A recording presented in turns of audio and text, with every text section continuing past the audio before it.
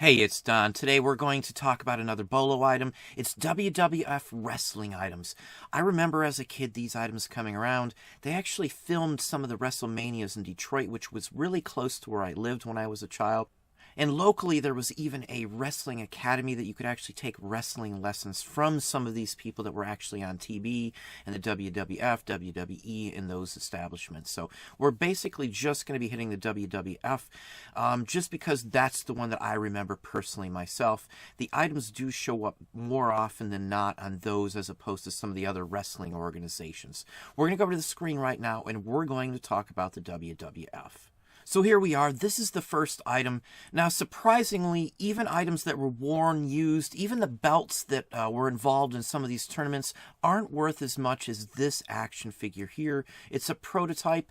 It is the most expensive figure I've seen other than some Star Wars early Japanese figures in my life. They just don't go for this much for the most part, most action figures that I see. This is obviously well above the average figure. It's from LJN. It's a prototype. It wasn't produced, so that's the difference here in this specific item. Next item here is a ring-worn Hulk Hogan Hulkamania shirt, and even with this being ring-worn, with provenance and the whole works, it still only went for $2,750. Now, I know that's a lot, but that action figure just dwarfs this one, which I was kind of surprised to see. Now, the next one here is the holy grail of average figures from the WWF line. This is the Undertaker. This was a promotional mail-away. Not many were actually sent out from what I see. They'll show up mostly without the clothing on it. He'll just have the figure itself without the actual cloak, or I guess you'd call it a duster. This is not an oddball one. It's actually sealed in the mail-away bag still, just as a child would have received it from sending away the UPCs or the product codes or whatever the case may be would have been at the time. And it has 40 bids, so you can see it's a really good item. Here's just another one here, 42 bids, $2,375. I would have probably just put this one up at $3,000 as a bin with a buy it now and just seen what happens. Chances are it would have sold very quickly either way. People just want this specific figure. It is that rare. It just doesn't show up very often. And as I said in many other videos, it's the mail-aways that are usually worth money. It's the ones you have to put together or get stuff just to get the figure that go for more than the traditional figures. So that's why this one is so much more expensive. Next one, just a nice mix of figures from Mattel and Jax and a few other companies that look like just an average mix of what you'll see. Now, stuff like this I can run into fairly reasonably still to this day. Most people miss these type of figures. They think they're too new or they just don't get wrestling and they just think they're junk. So again, not everybody thinks that, but a lot of people do in some areas. Next one here is a JCPenney's exclusive. You actually had to order this from the JCPenney catalog to get this. It actually came with a Hulk Hogan and Macho Man Randy Savage.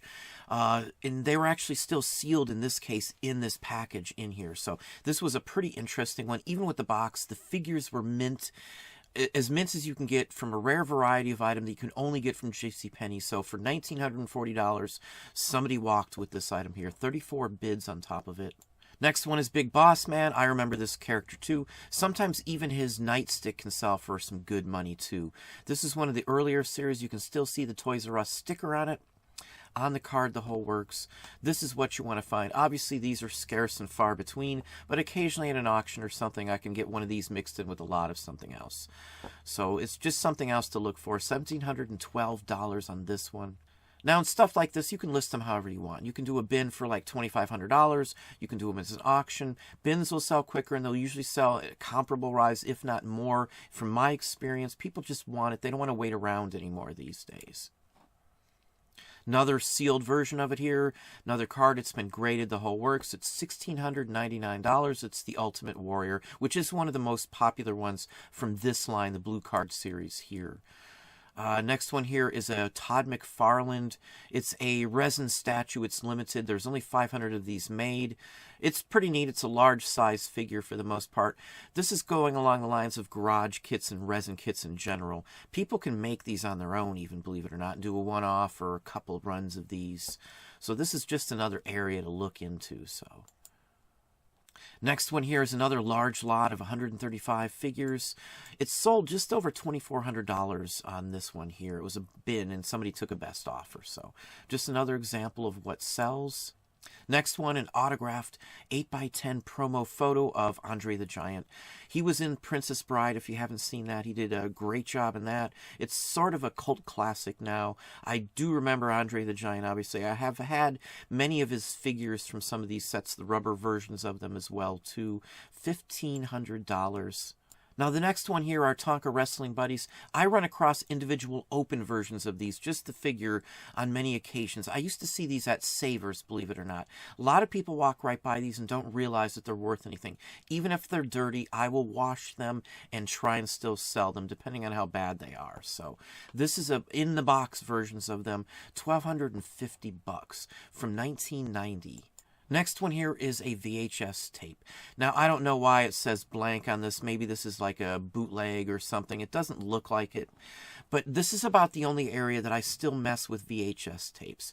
I know there's the Disney Black Diamond tapes that everybody says are worth $3,000, $4,000. It's just not the case. It's just some scam or some bogus purchases that never actually went through. But on VHS tapes from some of the wrestling events, do sell for horrendous amounts of money. I've seen them into the thousands for these type of tapes. This one has 42 bids, and this is over $1,000. So the only VHS tapes that I still buy, and I buy them every time I see them, are VHS related to WWF and some of the Wrestling Federation ones. Even if they're not worth a ton of money on their own, I'll save them to get a lot, and I'll sell them as a lot, and they usually go for pretty good money. So this is just the perfect example of it right here. Next one here is a banner actually from a WWF Wrestling Federation event. These do show up, believe it or not. You might run into one at an auction. Somebody worked there, took one home or something along that line. This is 9x12. This would have been around the ringside itself. This is a massive one. There's a couple of these up actually at the same time. They all sold in the $1,000 range a piece. Here is a replica of the belts. Now, these I do see occasionally. I don't mess too much with these because I'm not sure on which ones are which. But if you don't mind investigating into these, you can make some good money because I've seen some of these sell for just a few $100s for lots of these at local live auctions. Some are lesser quality, so you got to look out for that. I don't run into these very often, but I do see them occasionally at auctions. Local live ones for collectibles and things along that line. $900. Now, the next one's a Mailaway Hulk Hogan figure. He does look different from the other one based on his outfit. I think yellow is what he's wearing in the typical version. So that's the difference on this. You saved up the UPCs or the codes from the back of them, just like the Star Wars Mailaway Boba Fett's. The Mailaway ones I always know and try to remember. That if you don't want to take your time to look up any other figure, memorize what the Mailaway figures look for. Unfortunately, with WWF, there are a bunch of Mailaway figures to know, so... Again, here is the Undertaker without his actually cloak, his cape. He still went for $719. So that tells you that his duster jacket that he wears is worth almost $1,000 on its own. So you could even run into the actual clothing off the figure for something else. So you got to pay attention to this kind of thing. I make a ton of money off of action figures and vintage toys. And I do mean a ton of money. Next one here is a photo lot, 50 plus WWF 8x10s. Perfect example of cross-category interest. Photo collectors, sports collectors. There's a bunch of interest in this type of material. These usually show up in big lots as well when I run into these. Mostly at auctions, local live auctions as well. Stack of magazines, 55 WWF wrestling magazines, 1987 to 1991. These will even show up at thrift stores. I'll usually get a couple. I'll set them aside till I get a bigger lot because I do run into them maybe once or twice a month, a couple of WWF. And on occasion, I run into a bunch of them. Sometimes a couple of hundred I'm lucky enough to find at an estate sale or something along that line. Next one is just another example of what I said, the VHS tapes. Here's a rather large lot. It went for $800. Usually I pay 50 cents or so, maybe $1 at most. Even at thrift stores, I can get them sometimes for 99 cents a piece. It's a huge return on your investment on these types of VHS tapes. Next one is a Razor Ramon WWF t-shirt. There's a ton of t-shirts. I've run into Hulk Hogan ones. Those aren't worth quite as much because there was a ton of them made, but the lesser stars, the shirts sell for a ton of money. His specifically, Razor Ramon's shirts are very sought after. I'm not sure why. I don't remember the actual wrestler. It's beyond my time. I remember the 70s and 80s wrestlers. And as you can see, it went for $569 US. Now here is a Hasbro King of the Ring. It's just the actual ring. It's never been opened. This one is very popular. This is the one you want to run into. And I've occasionally seen this at Sabres in one of the bags on the top shelf or something. Ours are closed again. We don't have Sabres. But in the past, I did see the WWF figures quite often, honestly. $540 for this one. Next one's another Mailaway, Sergeant Slaughter. This is my era. I do remember this. He kind of transversed into G.I. Joe as well, too. $539 on this one. Next one here is a WrestleMania poster. Again, they did film a lot of this around here. This is from Pontiac outside of Detroit. It's from the Silverdome, Pontiac Silverdome. The Silverdome held events all the time. Constantly there was something going on in Detroit. This one went for $950. You could have yanked it down at the show. They might have sold them as well. So, very rare item. I have never run into one of these, but they do show up occasionally. I have had friends who were lucky enough to be in the right spot at the right time. Never me, but at least I've seen them in person. Now this, I remember, the Wrestling Annual had cards in them. I think it usually had 1 card or 3, maybe even a sheet at some point. But this specific type of card is worth a ton of money. Any one of them I have ever run into. $459. It's been slabbed.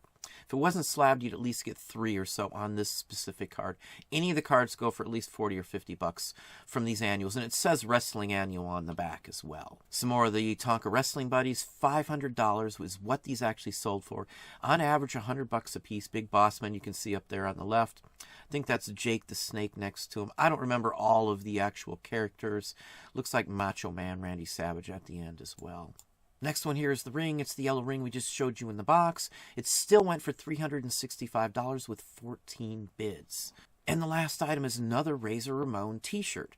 $340. So on this type of material, the older the better. 70s is best, 80s is great, 90s is still good, 2000s you're kind of slacking off on the interest, but all of these early items sell. Anything tied with WWF, lunch boxes, notebook covers, anything I see is worth looking into and selling. Most Hulk Hogan items sell. Andre the Giant, Mr. T, all of that kind of stuff are great collectibles that will net you some good profit.